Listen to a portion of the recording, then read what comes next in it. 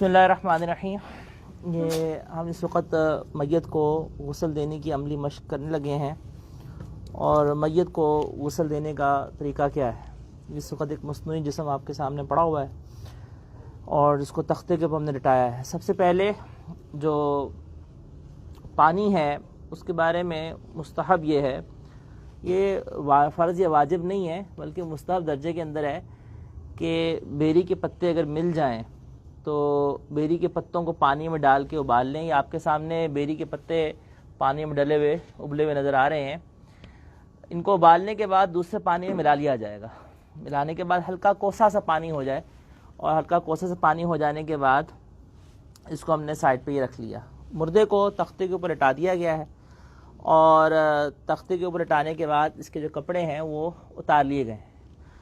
कपड़े उतारने के बाद एक मोटी चादर जो है वो नाफ से लेकर घुटनों तक ये डाल दी जाएगी।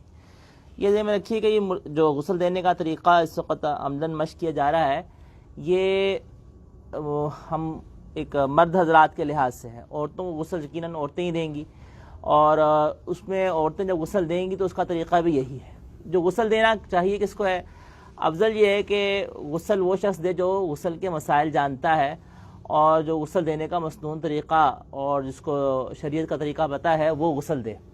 चाहे वो करीबी रिश्तेदारों में से हो वो गुस्ल दे सकता है और अगर दूर के रिश्तेदारों में से हो तो भी गुस्ल दे सकता है। बस मसला मतलब ये है कि जो जानने वाला हो गुस्ल के मसाइल को वो गुस्ल दे। ख़वातीन है तो ख़वातीन को गुस्ल देने के लिए ज़रूरी है यकीनन कि पर्दे का इंतज़ाम हो। हमारे यहाँ इसके अंदर एक बहुत बड़ी गलती ये होती है कि ख़वातीन अगर गुस्ल दे रही हों तो जमघट्टा लगा होता है, यानी ख़वातीन पर्दे की रियायत बेशक ख़वातीन ही दे रही होती हैं लेकिन हर खातून उस कमरे में आ जा रही होती है। तो इस तरीके से ना दिया जाए बल्कि जो मखसूस ख़वातीन जिन्होंने सिर्फ देना है सिर्फ वही गुस्ल देने के लिए जाएँ। इसी तरह मर्दों के अंदर भी यही है कि जिन मर्दों ने गुस्ल देना है या जिसने गुस्ल देना है, जिन 2-3 अफराद ने, सिर्फ वही कमरे के अंदर जाएँ। बाकी हजरात जो है वो अंदर आने की तकलीफ़ ना करें क्योंकि उससे बसका ये होता है कि जब बहुत ज़्यादा मजमा लग जाता है तो बेपर्दगी का अंदेशा होता है।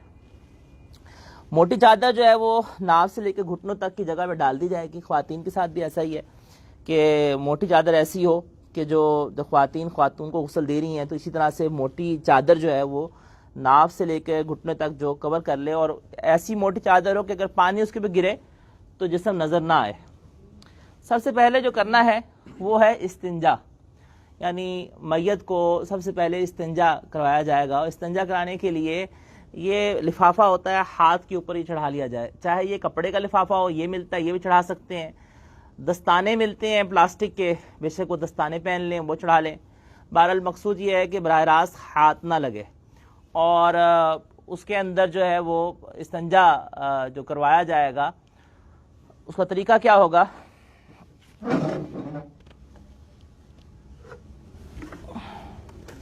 ये पानी हमने ले लिया और पानी लेने के बाद कपड़ा नहीं हटाएंगे, मैयत के ऊपर से कपड़ा नहीं हटाएंगे और कपड़ा इसी तरह हल्का सा ऊपर किए बगैर ही इसके अंदर पानी डाले जाएगा और पानी डाल के जो इस्तिंजा कराने वाला है वो शर्मगाह को धो ले।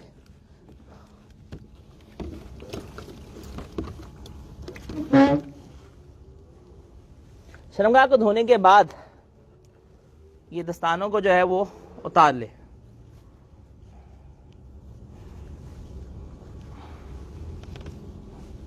ये दस्तानों को उतारने के बाद मैयत को सबसे पहले वुजू कराया जाएगा। वुजू कराने के लिए उसके हाथ धुलवाने की जरूरत नहीं है, कुल्ली करवाने की जरूरत नहीं है, नाक में पानी डालने की जरूरत नहीं है, बल्कि सीधा बराह रास्त पानी लेके उसका चेहरा धोया जाएगा। सबसे पहले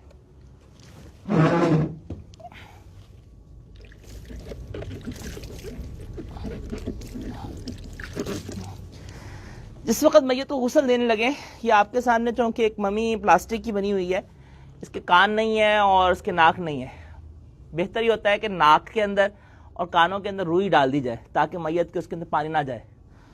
और थोड़ी सी रुई आप नाक के अंदर डाल दें और इसी तरह से कानों के अंदर डाल दें। तो सबसे पहले मुंह हमने धुलवाया, उसके बाद बाजू को उठा के कोहनियों समेत धोया जाएगा।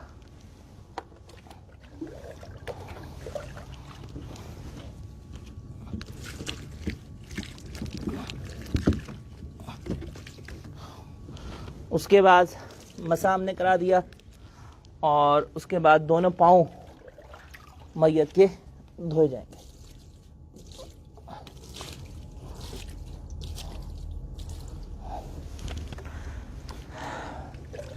इसके बाद मुस्तहब यह है, मुस्तहब का मतलब यह कर ले तो अच्छी बात, थोड़ी सी जो रुई दें,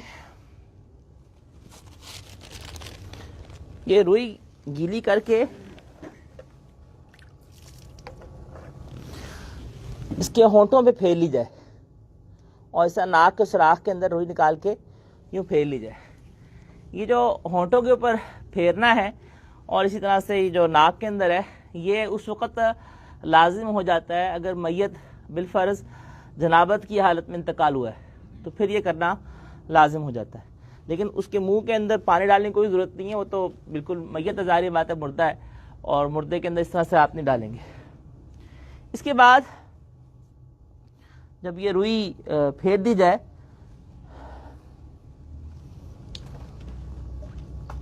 तो अब बाएं करवट पे मैयत को किया जाएगा हल्का सा और सारा जिस्म पे पानी डाला जाए।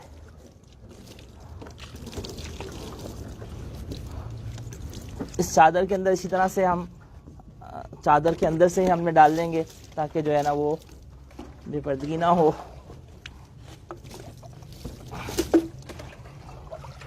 थोड़ा सा उस तो ज़्यादा कर लें जी, थोड़ा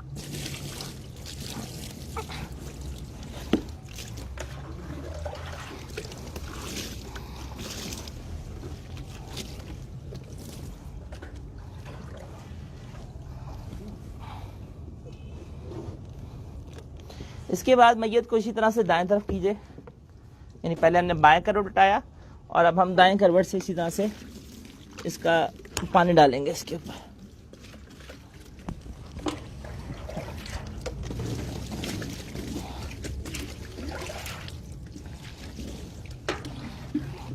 जिल्टा दीजिए। अब करने के बाद हम साबुन से जो है उसके दाढ़ी और सर के बालों को साबुन मल लिया जाए, मुंह धो लिया जाए साबुन से। ये हमने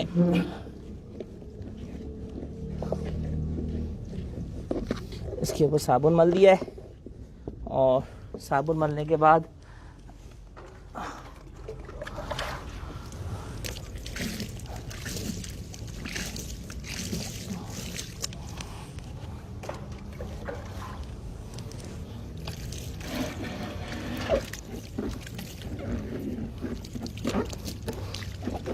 ये हमने मुंह धो दिया अच्छी तरह से।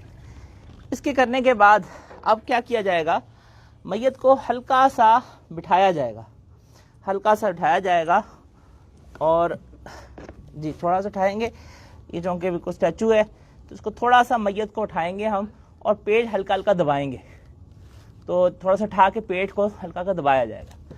अगर दबाने के बाद कुछ निजासत निकलती है तो उसको इसी तरह दस्ताना पहन के साफ करा दिया जाएगा। ये जो निजासत अब निकली है, इसके निकलने से ना वुज़ू का ख़राब हुआ है ना गुस्ल ख़राब हुआ है, लेकिन इसको इसी वक्त किया जाएगा, पहले नहीं किया जाएगा। इसे करने के बाद दोबारा मैयत को जो है वो मुस्तहब यह है कि अभी हमने बेरी के पत्तों से किया है तो फिर मुस्तहब यह है कि काफूर मिले पानी से, अगर काफूर मिला पानी मिल जाए तो अच्छी बात, ये मुस्तहब है, हो जाए तो अच्छी बात, ना हो तो कोई हर्ज नहीं है, वरना सादा पानी से ही दोबारा 3 दफ़ा इससे पानी बहा दिया जाए। ये बाएं तरफ करते, एक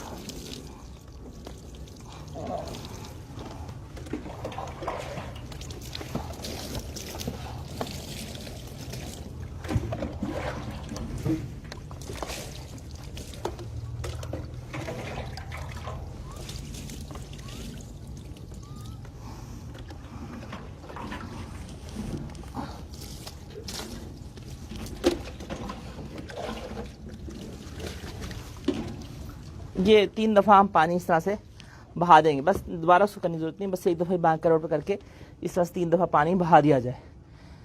मैयत को जब गुस्ल दिया जाता है तो ये पानी मैयत के जिस्म से लग के आता है, इस पानी का क्या हुक्म है और मय्यत को गुस्ल देने वाले के लिए क्या हुक्म है। जो मय्यत को गुस्ल दे उस पर गुस्ल वाजिब नहीं होता, जो मय्यत को गुस्ल दे उस पर गुस्ल वाजिब नहीं होता, उसके लिए गुस्ल करना अफजल है, अफजल है कि वो गुस्ल कर ले, वाजिब नहीं। अलबत्ता यह है कि मय्यत के जिस्म से जो पानी लग कर आता है इसके बारे में फुकहा के यहाँ दो कौल है। एक कौल ये है कि पानी नापाक है और वो छींटे अगर गिरी हैं, कपड़ों में गिरी हैं, तो ज़ाहिरी बात है कि जहाँ जहाँ छींटे गिरी हैं तो वो कपड़े तब्दील करने पड़ेंगे। और दूसरा कौल ये है कि वो दुरुस्त है। राजे कौल फुकहा के हाँ वो यही है मुफ्ता भाई के जो मय्यत क्या है, जो पानी जिस्म से लग कर आया है, पहली दफ़ा आया है, जो छींटे पड़ी हैं वो नापाक है। और उसकी वजह यह है कि चूँकि इसको गुस्ल जब दिया जाता है तो ये जिस्म के अंदर जो खून की रतूबतें जमी हुई होती हैं और एक जैसे मुर्दा होता है तो उसके पानी लग कर आ रहा है उसकी खाल से, तो वो पहली दफ़ा जो पानी लगा है तो छींटे जो पड़ेंगी तो उन छींटों का हुक्म नापाक छींटों का ही है। कपड़ों पे आई है तो कपड़े तब्दील कर लें, बदन पे लगी हैं तो बदन को वैसा धो लीजिए। मुस्ताहब सिर्फ फुक़हा कराम ने गुस्ल जो मुस्ताहब लिखा है उसकी वजह भी यही है कि अगर छींटे वगैरह पड़ी हैं और तो जाके गुस्ल कर ले। लेकिन अगर उसने ध्यान से धोया है, कपड़े ख़राब नहीं हुए, छींटे नहीं पड़ी, तो फिर उसको ज़रूरत नहीं है जाके गुस्ल करे, बस सिर्फ जहाँ जहाँ छींटे पड़ी हैं उस जगह को धो ले। अब जब गुस्ल दे लिया है तो अब हमने इस मय्यत को उठाकर हमने दूसरी तरफ डालना है। इसके लिए क्या तरीका इख्तियार किया जाएगा, इसके करने से पहले ज़रा समझ लीजिए कि कफन, मुर्दे का कफन जो मर्द हैं उनका कफन क्या है और औरतों का कफन क्या है, जो मसनून कफन है वो क्या है और उसको किस तरह से दिया जाएगा। इसको करने से पहले ज़रा हम थोड़ा सा बैसाखी ले लीजिए।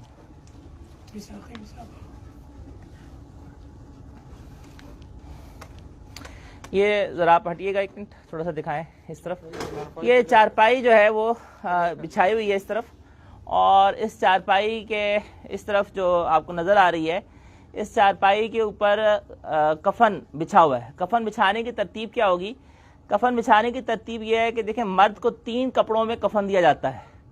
एक बड़ी चादर जिसको सरबंद भी कह देते हैं, बड़ी चादर भी कह देते हैं, उसको सबसे पहले नीचे आप बिछा दें। उसके बाद दूसरा कमीज़ है। कमीज़ देखिए अनसिली है, कमीज़ को बाजू नहीं सीने, बाज़ इलाकों के अंदर उसके बाजू सी देते हैं, बाज़ जगहों पे कुछ बाकायदा वो उसकी पूरी कमीज़ की तरह सिलाई कर देते हैं, ये सब बिदअत है। तो मसनून तरीक़ा है वो ये है कि कफन अनसिला है, तो उसको किस तरह से करेंगे, ये ज़रा कमीज़ उठा के दिखाएं, कमीज़ उठा के दिखाइए जी।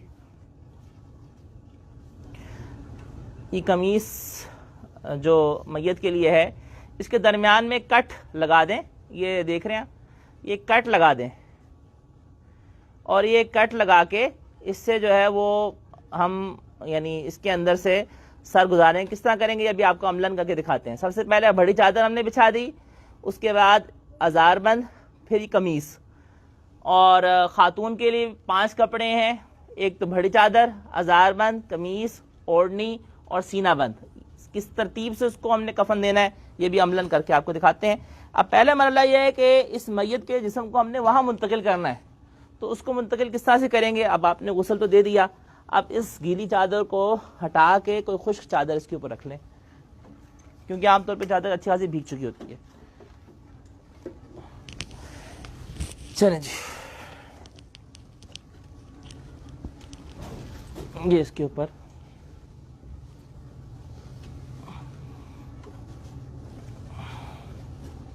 ये निकाल लें।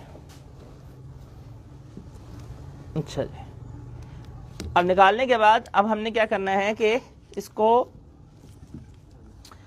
जो एक बड़ी चादर लेनी है और उसके नीचे डाल के इसको ऊपर चादर की मदद से ऊपर करेंगे जी। बड़ी चादर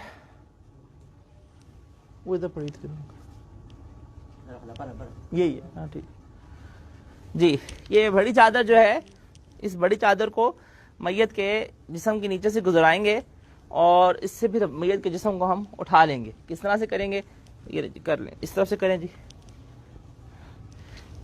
इसको हल्का सा उठाएं और इसके नीचे से गुजार लें। तो आपने पूरा उठा लिया, हल्का सा, आमतौर पर हल्का सा गुजार के इधर, फिर उसी तरह थोड़ा सा करवट लें और इस तरह से।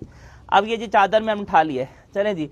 अच्छा, एक बात यह है कि मय्यत को उठाते वक्त वो कलमा शहादत और इस तरह से नारा तकबीर और ला इलाहा इल्लल्लाह पढ़ने की ज़रूरत नहीं है। दूसरा, जो गुस्ल देने वाला है उसके लिए कुछ अहकामात शरीयत ने बताए हैं, वह अहकामात क्या हैं कि अगर गुस्ल देने वाले को मैयत के जिस्म में कोई ऐब नजर आता है या बिलफर्ज से गुनाहों के असरात नजर आते हैं तो उसके लिए हुक्म यह है कि वो बिल्कुल भी चर्चा मत करे, खामोशी इख्तियार करे और उसको छुपाए। जी, इसको उठाएं और उठा के जो है वो दोनों तरह कर सकते हैं। चारपाई बिल्कुल पास रख लें और उठा के सीधा उसके पास ले जाएं।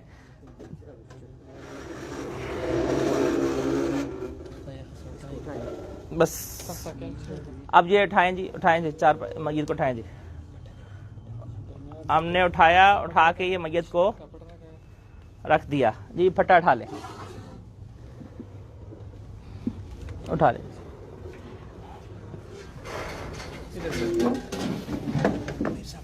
अब ये चादर हम निकाल लें। इस चादर को ऊपर डालने से पहले मुस्तहब है कि मैयत के जिस्म को तौलिए से खुश्क कर ले। वो एक रह गया हमारा, तो तौलिए से हमने पहले खुश्क कर लिया है। चलें, ये तौलिया था, हमने इसके जिस्म को पहले खुश्क करके फिर ऊपर लेकर आए हैं। ये अमल रह गया, पहले ही तख्ते के ऊपर ही खुश्क कर लें उसको। अच्छा जी, अब हमने ये चादर पर पड़ी हुई है। अब आप ये देख रहे हैं हमारा सबसे पहले नीचे बड़ी चादर है, ठीक है जी। इस सबसे बड़ी नीचे एक बड़ी चादर है जो कि सरबंद भी गिराती है, जिसको आखिर में गिरा दी जाती है, ठीक है। और इसके ऊपर हमने तरतीब के अंदर सबसे पहले हमने अजारबंद रखा। अजारबंद के बाद जो है हमने ऊपर ये कमीज रखी है जी। कमीज हमने एक तरह से कमीज के दरमियान में से था, कट डाला था, तो उसका एक हिस्सा हमने नीचे यूं बिछाया और दूसरा हिस्सा जो है वो हमने ऊपर यूं करके चेहरा निकाल लेंगे जी। ये यूं करके, ये देख रहे हैं आप, ये यूं करके ये यूं आ जाएगी जी, ठीक। अब इसके बाद इसको हमने निकाल लिया जी। ये कमीज पहनाने के बाद जो है वो इजारबंद पहनाया जाएगा। और इजारबंद की तरतीब यह है कि पहले बाएं तरफ फिर दाएं तरफ, पहले बाएं तरफ और फिर दाएं तरफ, पहले लेफ्ट फिर राइट। अच्छा जी, ये हमने इजारबंद मैयत को पहना दिया है। इसके बाजू के दरमियान में आ रहे थे, ये खातून, ये भी पहले मर्द का हम बता रहे हैं, फिर खातून का करके बताते हैं कि खातून के साथ क्या करना है, ठीक है जी। ये हमने मर्द का पहले इस तरह से कफन दे लिया और कफन देने के बाद जो है ये ऊपर अजारबंद दे दिया और ये कमीज आ गई। कमीज के बाद अब ऊपर जो है ये बड़ी चादर है, उसको दे दें ऊपर। पहले इसी तरह से पहले बायां फिर दायां, ठीक है जी। अब वो उधर से गिरा बांध दें और इस तरह से गिरा बांध के चेहरे के लिए अब हमने खोल दिया। चलें जी, चेहरा खोलने के हवाले से ये है कि एक जो हमारे यहाँ गलती होती है, मैयत का जब जनाजा पढ़ाने के बाद चेहरा दिखाना शुरू कर देते हैं। आजकल नया काम शुरू हुआ है, तो देखें जनाजा पढ़ाने के बाद सबसे जल्दी हो सके जाके दफनाया जाएगा। और दफनाने का भी इंशाल्लाह कल हम इंशाल्लाह अमलन इसको दफनाएंगे कब्र के अंदर, कि किस तरह से कब्र रखने का मसनून तरीका उसका एक है। तो जब जनाजा हो जाए तो उसके बाद चेहरा मत खोलें। जिन्होंने देखना है वो जनाजे से पहले देख लें और जनाजा हो जाने के बाद दफनाने की जल्दी करें। इस तरह जनाजे के बाद दुआ मांगना, जब उसकी ताखीर फुकाए कराम ने इजाज़त नहीं दी कि जनाजे के बाद दुआ मत मांगी जाए बल्कि जल्दी दफनाया जाए, तो चेहरा देखने के अंदर दिखाने के अंदर ताखीर तो तरीक़ा वाला दुरुस्त नहीं। ये मर्द का कफन था। अब हम ज़रा औरत के कफन की तरफ आते हैं जी। थोड़ी देर के लिए इसको आप खातून मुतसव्वुर कर लें कि ये खातून की मैयत है। अच्छा जी, सबसे पहले हमने इसी तरतीब से कमीज़ पहले पहनाई। कमीज़ पहनाने के बाद अभी हमने इज़ार नहीं पहनाया जी, ठीक है। इसके बाद सबसे पहले कमीज़ पहनाने के बाद जो है वो ओढ़नी है। ओढ़नी क्या है जी? ओढ़नी दे, दुपट्टा।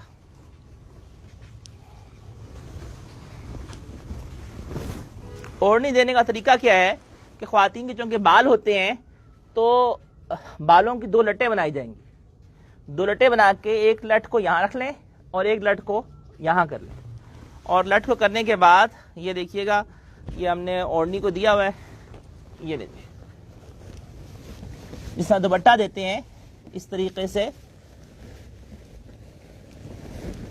हल्का सा उठा के, ये दो पल्लू बनाए हुए थे, ये यूं करके हमने दुपट्टे की तरह ऊपर यूं करके बालों के ऊपर ये कर दिए। अच्छा जी, इसके करने के बाद दो तरीके हैं, सीना बंद इसके ऊपर बांध दिया जाए और फिर आखिर में अजार बांधा जाए, या अजार पहले बांध दिया जाए और फिर सीना बंद सबसे ऊपर किया जाए। दोनों तरह से कर सकते हैं। सीना बंद किया जी, सीना बंद ये सीने से लेकर अफजल उसका ये है कि रानों तक कपड़ा हो, यानी इतना बड़ा हो कि सीने से लेकर रानों तक। इसको इसी तरह से बस इसके ऊपर दे दिया जाएगा।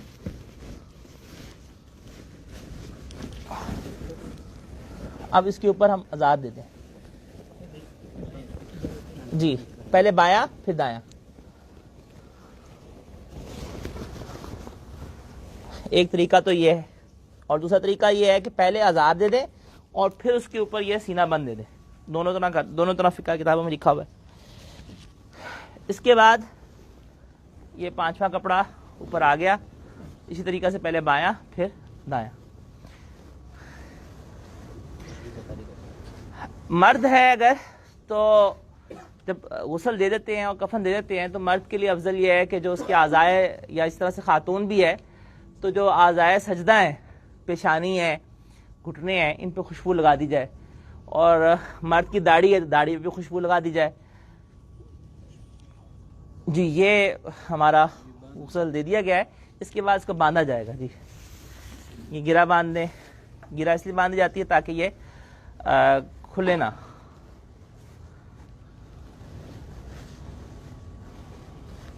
ये दरमियान पे जी दरमियान से ही बांधेंगे।